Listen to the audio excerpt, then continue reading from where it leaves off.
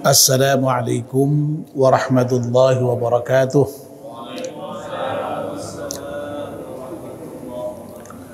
Bismillahirrahmanirrahim. Alhamdulillahi rabbil alamin. Wassalatu wassalamu ala asyrafil mursalin Sayyidina wa maulana Muhammad wa ala alihi wa sahbihi ajma'in, amma ba'd. Ibu-ibu, bapak-bapak dan saudara sekalian, jamaah salat maghrib yang dimuliakan Allah subhanahu wa ta'ala. Alhamdulillah, kita menjadikan syukur pada Allah subhanahu wa ta'ala yang pada malam hari ini atas limpahan rahmat dan nikmatnya kita semua bisa hadir di masjid salat maghrib berjamaah, dan sekarang kita melanjutkannya dengan melakukan kajian ba'da maghrib. Kita mohon pada Allah subhanahu wa ta'ala semoga seluruh rangkaian ibadah kita di malam hari ini terima oleh Allah subhanahu wa ta'ala. Amin ya rabbal alamin. Mari kita mulai kajian kita dengan berdoa bersama-sama. Bismillahirrahmanirrahim. Ashhadu an la ilaha illallah wa ashhadu anna Muhammadar Rasulullah. Raditu billahi rabba wa bil islami dina wa bi Muhammadin nabiyya wa rasulah. Rabbi zidni ilman nafi'a warzuqni fahman wa hukma wa alhiqni bis salihin. Amin. Kita masih meneruskan kajian kita kitab Nasaihul Ibad, dan kita masih membicarakan bab Thulathi, maqalah yang ke-33. Kemarin sudah kita bahas 2 kali dan mudah-mudahan malam ini yang terakhir, bagian yang ketiga. Namun sebelum kita baca, mari kita membaca surat Al-Fatihah sekali untuk pengarang kitab Nasaihul Ibad ini. Semoga kitab yang kita baca ini bermanfaat untuk kita semuanya. Ala hadiniyah Al-Fatihah. A'udzu billahi minasyaitonir rajim. Bismillahirrahmanirrahim. Alhamdulillahi rabbil alamin arrahmanir rahim maliki yaumiddin. Iyyaka na'budu wa iyyaka nasta'in. Ihdinas shiratal mustaqim. Shiratal ladzina an'amta 'alaihim ghairil maghdubi 'alaihim waladdallin. Amin. Maaf.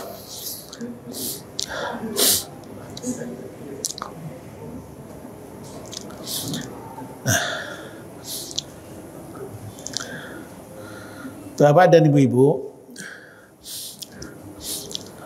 seperti yang sudah kita bahas kemarin, makalah yang ke-33 dari bab Thulathi ini merupakan dawuhnya Ibnu Abbas, salah seorang sahabat Rasulullah SAW, yang menyatakan bahwa kata zuhud itu terdiri dari 3 huruf, yang masing-masing huruf itu memiliki makna tersendiri. Ya. Yang pertama, huruf za itu bermakna zadun lil ma'ad, ya, bekal untuk akhirat. Ya, artinya orang yang zuhud itu berarti dia mau mempersiapkan bekal untuk menuju akhirat itu. Lalu yang haknya itu hadyun liddin, ya, petunjuk untuk agama. Maksudnya apa? Ya, orang yang zuhud itu hendaknya mau menapaki jalan agama, ya, yang tidak lain adalah jalan yang dituntunkan oleh Nabi kita Muhammad SAW. Lalu kemudian yang terakhir yang akan kita bahas adalah huruf dalnya, ya. Jadi za, ha, dal, ya. Wadalu, dan huruf dalnya dawamun ala ta'ah, itu bermakna atau mengandung makna dawamun ala ta'ah itu langgeng di dalam taat, ya. Atau konsisten di dalam taat. Ya. Nah ini untuk yang ketiga ini tidak ada syarahnya ini. Ya, jadi cukup jelas dampaknya bahwa orang yang zuhud itu berarti sekali lagi ya, tidak semata-mata dalam pengertian harus meninggalkan dunia ya, tetapi selama orang itu hidupnya senantiasa taat ya kepada Allah Subhanahu wa taala, ya, konsisten di dalam taatnya atau mudawamah atau langgeng, nah dia sudah termasuk orang yang zuhud itu. Nah, Bapak dan Ibu-ibu yang dimuliakan Allah Subhanahu wa taala, taat itu bahasa Arab ya. Tapi taat itu juga sudah diserap dalam bahasa Indonesia ya. Jadi saya memang sudah berkali-kali menyampaikan bahwa banyak sekali kata-kata dalam bahasa Indonesia itu yang diserap dari bahasa Arab. Yang kadang-kadang ya kita itu lebih akrab kata Arabnya ketimbang padanannya dalam bahasa Indonesia ya. Dalam beberapa hal mungkin kita masih bisa mengenali padanannya ya, tapi dalam beberapa hal yang lain itu kalau disuruh mencari padanannya sulit kita ya. Misalnya kata adil itu coba itu dalam bahasa Indonesia apa itu padanannya, susah itu. Kata berkah itu susah, itu harus dijelaskan ya, tidak gampang untuk mencari padanannya dalam satu kata itu tidak mudah. Ya. Lalu kemudian kata selamat ya. itu sebenarnya dalam bahasa Arab itu sebenarnya itu ya, semuanya itu ya. Nah, termasuk taat ini. Nah, kalau taat ini saya kira padanannya kita agak mudah mencarinya. Tadi sudah disebut oleh Pak Hamzah itu ya, patuh ya, biasanya kata taat itu kita terjemahkan dengan kata patuh ya. Patuh di sini maksudnya ya patuh terhadap ketentuan yang ada ya, ketentuan yang sudah ditetapkan. Ya. Nah, lawannya itu maksiat ya. Jadi taat itu lawannya maksiat. Kalau taat itu padanannya patuh, kalau maksiat itu padanannya durhaka. Ya, jadi kalau kita itu misalnya taat kepada Allah, kalau kita tidak taat lawannya berarti maksiat, itu berarti durhaka kepada Allah Subhanahu wa taala. Nah, Bapak-bapak dan Ibu-ibu yang dirahmati Allah Subhanahu wa taala. Nah, kita ini sebagai orang yang beriman ya sebenarnya tidak hanya orang yang zuhud saja yang harus taat itu ya. Semua orang yang beriman itu sebenarnya dituntut untuk taat kepada Allah, tidak hanya kepada Allah tapi juga kepada Rasulnya, bahkan orang yang punya kekuasaan di antara kita. Ya. Jadi saya kira kita semuanya sudah sering itu mendengar ayat yang menyatakan adanya perintah mengenai taat kepada Allah, taat kepada Rasul, dan taat kepada ulil amri itu. Ya. Bunyinya lengkapnya, a'udzubillahi minasyaitonirrajim. Ya ayyuhalladzina amanu athi'ullaha wa athi'ur rasula wa ulil amri minkum. Ya. Fa in tanaza'tum faruddu ilallahi, dan seterusnya itu ya.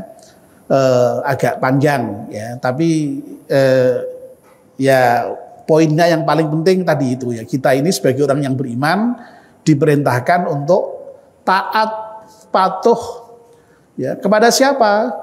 Kepada Allah ya.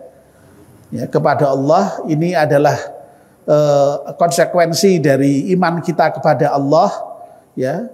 Lalu kemudian taat kepada Rasul, ya.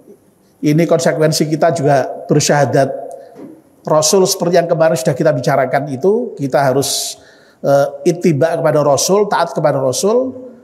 Dan tidak hanya itu, kita diperintahkan untuk taat kepada ulil amri atau orang yang memiliki kekuasaan di antara kita. Nah, hanya bedanya memang kalau terkait dengan taat kepada yang selain Allah itu ada catatannya. Ya, catatannya itu selama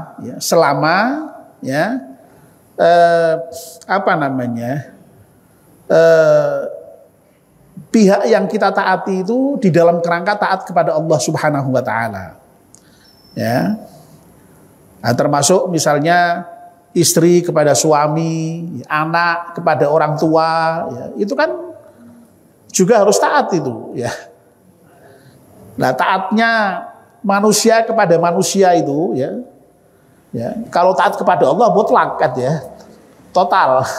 Tapi kalau taatnya kepada manusia itu ada catatannya, ya, selama dalam kerangka taat kepada Allah. Sebab ada semacam ketentuan, ya, la ma'siyata li makhluqin fi ma'siyatil khaliq. Tidak ada maksiat kepada makhluk kalau makhluk itu bermaksiat kepada Allah Subhanahu wa taala. Jadi sekali lagi ketaatan kepada selain Allah dan Rasulnya itu sifatnya ada catatan bahwa taatnya itu adalah dalam kerangka taat kepada Allah Subhanahu wa taala. Ya. Dalam ayat yang lain misalnya dalam surat Al-Ahzab ayat 36 itu juga sangat tegas itu. Jadi kalau Allah sudah menentukan satu ketentuan bagi seorang mukmin dan mukminat mengenai satu hal, itu tidak sepatutnya, ya, seorang mukmin, seorang mukminah itu kemudian mencari pilihan yang lain. Jadi terkait dengan ketaatan kepada Allah itu sifatnya ya tadi itu, ya, jadi ketaatan yang total begitu, ya. Nah ini sebenarnya sekali lagi yang dituntut untuk taat itu tidak hanya seorang yang zahid tadi, ya. Jadi kalau orang zahid itu ya pasti taatnya dia, karena memang kriteria seorang zahid itu yang taat tadi itu. Nah, seorang mukmin itu mestinya juga dituntut untuk taat, ya. Nah, cuma kadang-kadang yang namanya saja manusia itu kan ya karena dari sononya itu manusia itu memang sudah diberi ini, ya, fa'alhamaha fujuraha wa taqwaha itu. Makanya sehingga kemudian lalu ya suatu ketika bisa taat, ya, tapi suatu ketika bisa maksiat, ya. Ya, manusia itu diberi akal dan diberi nafsu, maka bisa taat, bisa maksiat. Ya. Beda dengan malaikat. Kalau malaikat itu selalu taat. Ya.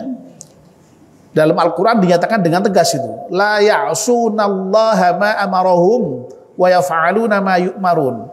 Ya, malaikat itu tidak pernah itu bermaksiat kepada Allah itu terhadap apa-apa yang diperintahkan kepadanya. Ya. Dia senantiasa melaksanakan apa yang diperintahkan kepada malaikat. Karena apa? Karena malaikat tidak diberi nafsu. Ya. Ya, oleh karena itu, kalau manusia itu ya lalu kemudian kok bisa bertakwa, lalu betul-betul taat kepada Allah Subhanahu wa taala, lebih mulia mana antara malaikat dengan manusia? Lebih mulia manusia. Ya. Ya. Tapi sekali lagi, ya, manusia itu juga bisa tadi itu lebih hina dibandingkan dengan binatang sekalipun. Makanya kapan ya, kemarin belum lama ketika berbicara mengenai kemuliaan manusia itu sifatnya masih potensial, ya. Jadi kalau dikatakan manusia mulia itu mulianya masih potensial. Artinya apa? Memang betul-betul kemudian bisa diaktualkan menjadi mulia sungguhan Dan kalau manusia itu kok menjadi mulia sungguhan, berarti dia manusia takwa. Wow, itu dia lebih mulia ketimbang malaikat sekalipun. Tapi persoalannya kalau tidak bisa mengaktualisasikan potensinya dengan baik, dia akan menjadi makhluk yang sangat hina, bahkan lebih hina ya dari binatang ternak sekalipun. Dan nanti di akhirat akan dikembalikan sampai di asfala safilin, ya, di tempat yang paling rendah. Na'udzubillah min dzalik, ya. Jadi sekali lagi, Masya Allah, yang namanya manusia itu sebenarnya ya punya potensi untuk menjadi mulia, semulia-mulianya secara aktual, ya. Nah, tentu saja memang kemudian dibutuhkan perjuangan, ya. Jadi justru disitulah nilai perjuangan kemanusiaan itu ya, untuk menjadikan dirinya mulia secara aktual itu. Nah, caranya bagaimana? Ya dengan taat kepada Allah itu. Ya, taat itu kan tadi patuh, ya. Patuh itu kan berarti kan melaksanakan apa yang menjadi ketentuan. Ketentuan ada dua, ada perintah, ada larangan. Ya berarti orang yang taat itu sama dengan orang yang bertakwa sebenarnya. Wong takwa juga definisinya juga melaksanakan ketentuan Allah, ya. Yang perintah dilaksanakan, yang dilarang ditinggalkan. Orang yang taat juga begitu. Orang yang taat itu patuh terhadap apa yang tuntunkan oleh Allah Subhanahu wa taala, dituntunkan oleh Rasulullah sallallahu alaihi wasallam, bahkan ditentukan oleh pemegang kekuasaan. Selama memang sekali lagi pemegang kekuasaan tadi itu dalam kerangka taat kepada Allah Subhanahu wa taala, ya. Nah, sekali lagi dalam kitab Nasihatul Ibad ini, ya, jadi komponen zuhud itu, ya, kalau orang kok mau disebut sebagai zahid, kalau ada orang kok mau hidup betul-betul mementingkan akhirat, ya, tidak ada jalan lain kecuali kemudian taat.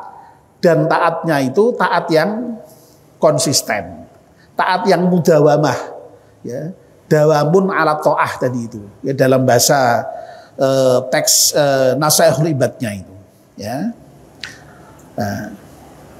Nah, Bapak dan Ibu-ibu yang dimuliakan Allah Subhanahu wa taala,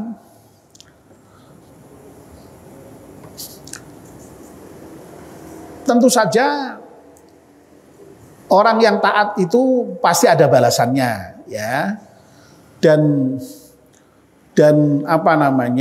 sebaliknya kalau orang itu maksiat, durhaka, juga ada balasannya juga, ya. Ya. Dan kalau kita baca dalam surat An-Nisa, ya, ayat 13 dan 14 itu berturut-turut itu, ya. Ya, itu merupakan ayat yang sebelumnya itu merupakan ayat yang terkait dengan ketentuan hukum waris, ya. Jadi Al-Qur'an itu kan dalam beberapa hal terkait dengan aturan-aturan itu pada umumnya bersifat global, ya. Seperti sholat aja itu global sekali itu, ya. Tidak ada ketentuan aturan yang rinci dalam Al-Quran, tidak ada itu, ya. Ya, ketentuan rincinya ada di dalam hadis Nabi Muhammad Sallallahu Alaihi Wasallam, ya. Nah, tapi untuk beberapa hal yang dan itu pada umumnya terkait dengan hal-hal yang kemudian sifatnya potensial menimbulkan perselisihan atau konflik, itu Al-Quran itu sangat sangat rinci itu mengaturnya itu, ya. Misalnya ya tentang utang piutang, itu diatur sedemikian rupa itu dalam Al-Quran secara rinci itu, ya. Misalnya lagi tentang waris, itu tuh aturannya sangat detail itu. ya, siapa mendapatkan apa, ketika apa, itu rinci sekali ya. Dan itu dalam ayat yang berurutan, 2 ayat berturut-turut, ya, ayat 11 dan 12 dari surat An-Nisa, ya, yang panjang-panjang gitu ya, yang harus betul-betul diperhatikan betul kalau kita membaca atau menghafalkan itu, sebab kalau tidak bisa tertukar-tukar itu karena mirip-mirip gitu ya, kalimat-kalimatnya itu, ya. Nah, setelah 2 ayat yang panjang tentang tadi aturan atau ketentuan tentang hukum waris tadi itu kemudian dilanjutkan dengan ayat yang bunyinya tilka hududullahi, ya, itulah batas-batas hukum Allah, ya, batas-batas ketentuan Allah Subhanahu wa taala, ya, jelas sekali itu batas-batasnya itu, ya. Nah, lalu lanjutannya, wa may yuti'illaha wa rasulahu yudkhilhu jannatin tajri min tahtihal anharu khalidina fiha. Ya, dan barang siapa yang taat kepada Allah, ya, artinya ya tadi itu, taat itu ya patuh terhadap ketentuan-ketentuan yang sudah digariskan oleh Allah Subhanahu wa taala, ya, patuh terhadap batas-batas yang sudah Allah tentukan tadi itu, ya.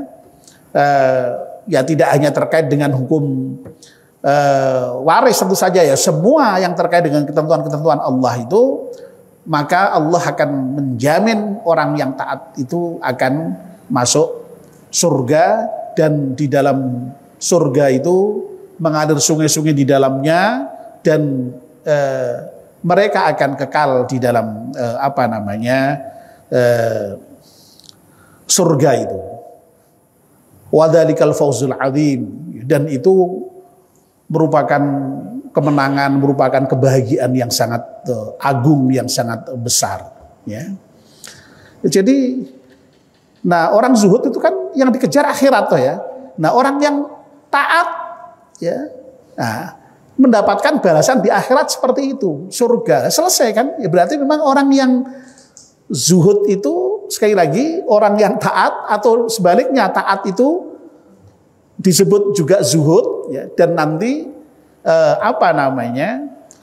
ujung-ujungnya nanti di akhirat akan mendapatkan kebahagiaan karena akan diberi balasan oleh Allah Subhanahu wa taala dengan balasan surga selama-lamanya itu. Dan itu merupakan kebahagiaan yang besar, kemenangan yang besar, ya.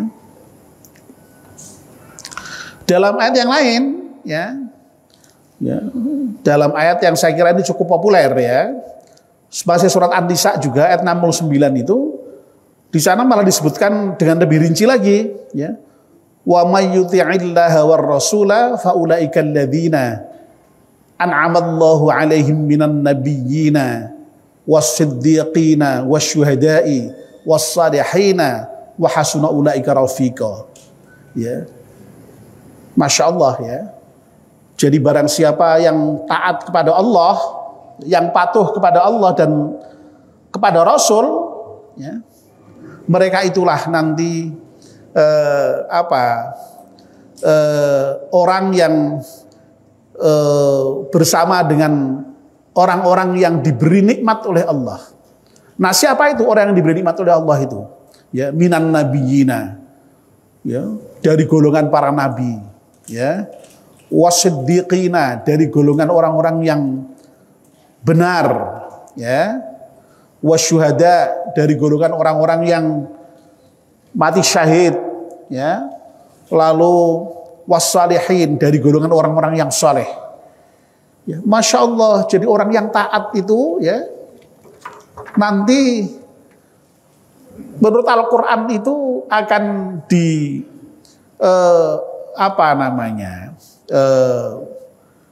barengkan, ya, dikumpulkan dengan orang-orang yang diberi nikmat oleh Allah.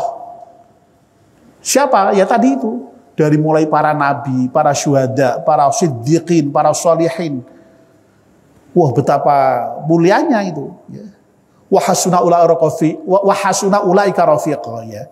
Ya tentulah ya para nabi, para siddiqin, para syuhada, para sholihin itu merupakan teman-teman yang terbaik, ya, kawan-kawan terbaik. Ya.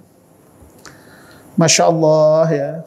Mudah-mudahan lah kita ini besok ya dikumpulkan oleh Allah dengan ini ya kelompok orang-orang yang Allah sebutkan dalam surat An-Nisa ayat 69 ini. Ya, ya kalau dengan para nabi ya tidak harus jejer sekali ya paling enggak ya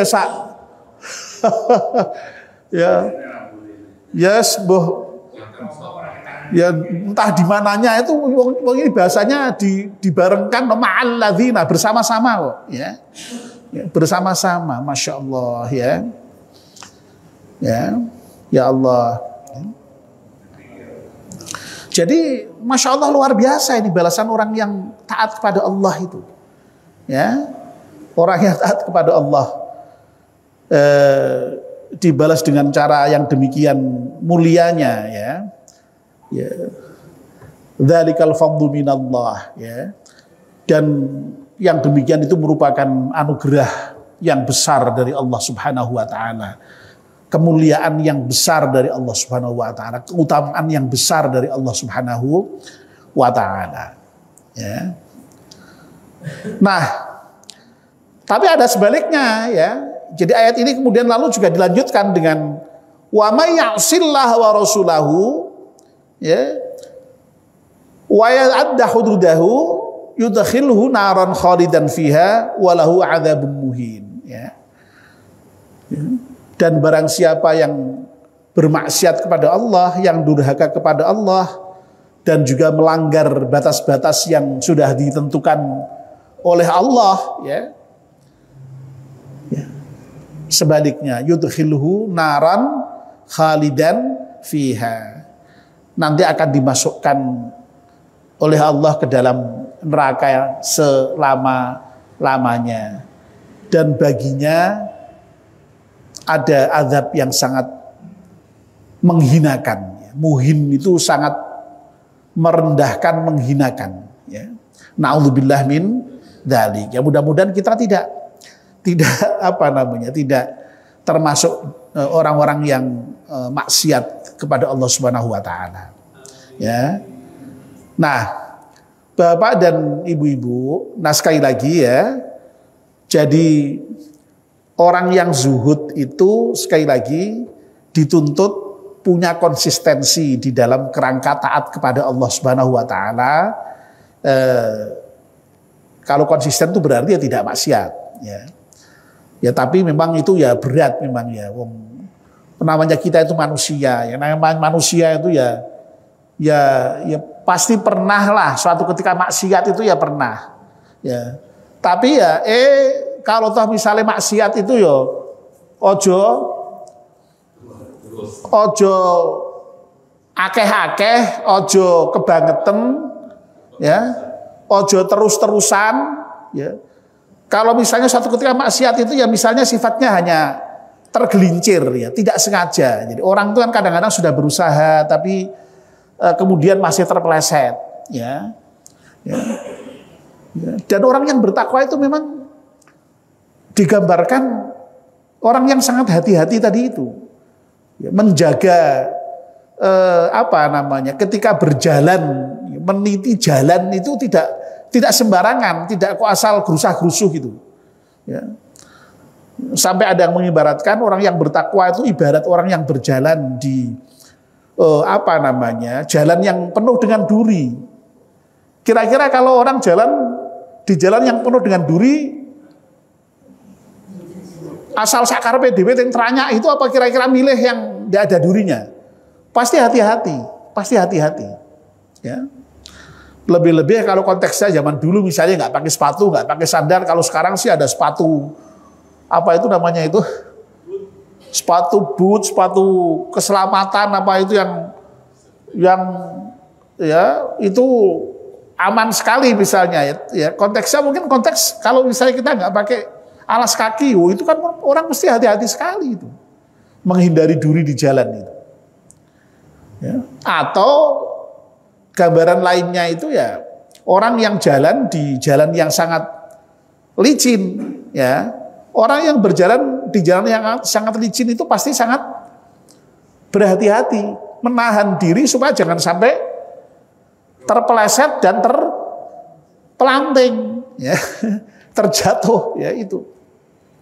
Nah, orang yang bertakwa, orang yang taat kepada Allah itu gambarannya saya kira seperti itu, ya. Untuk betul-betul hati-hati, ya. Wadine kok wis hati-hati, ya.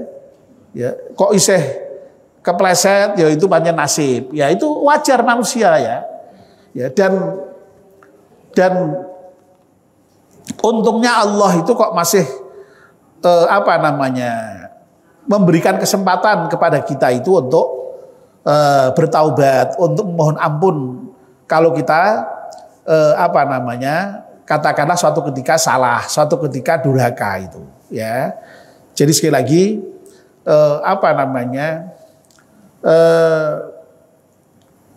ya mungkin gambarannya itu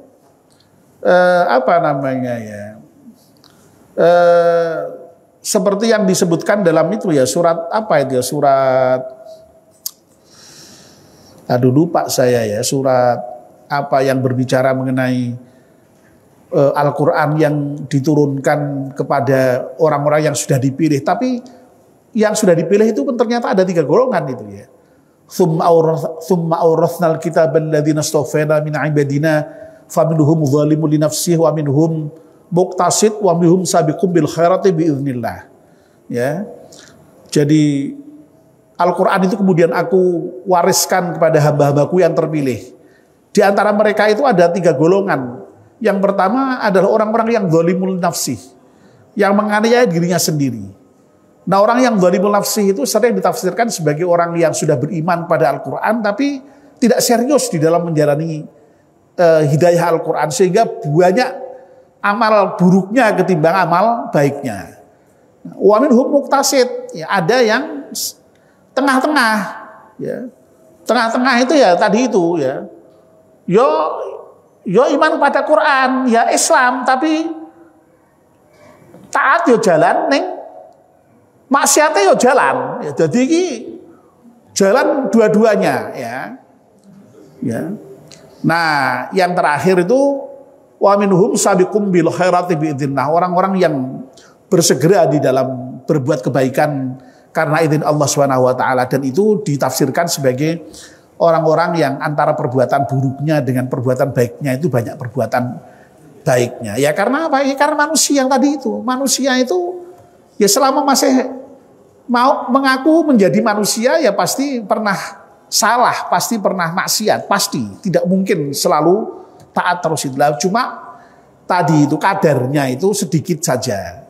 Nah, mudah-mudahan kita termasuk golongan yang sabiqum bil khairati biiznillah, orang-orang yang konsisten di dalam taat kepada Allah, sehingga memang nanti timbangan amal kita itu ketika ditimbang oleh Allah Subhanahu wa taala itu antara amal baiknya dengan amal buruknya itu lebih banyak amal baiknya, ya, sehingga kemudian kita ditempatkan oleh Allah di dalam surganya yang tadi itu penuh dengan kenikmatan bersama para nabi, para siddiqin, para syuhada dan para sholihin tadi itu. Amin ya rabbal alamin. Nah, mudah-mudahan kita termasuk di dalamnya, ya. Alhamdulillah, ya, selesai, ya, untuk makalah yang ke-33 dari bab Thulathi ini, ya. Mudah-mudahan bermanfaat untuk kita semuanya. Mari kita akhiri dengan berdoa bersama-sama. Bismillahirrahmanirrahim. Wal 'ashri innal insana lafi khusrin illa alladhina amanu wa 'amilus salihati wa tawassaw bil haqqi wa tawassaw bis sabr. Subhanakallahumma wa bihamdika asyhadu an la ilaha illa anta astaghfiruka wa atubu ilaik. Wassalamu alaikum warahmatullahi wabarakatuh.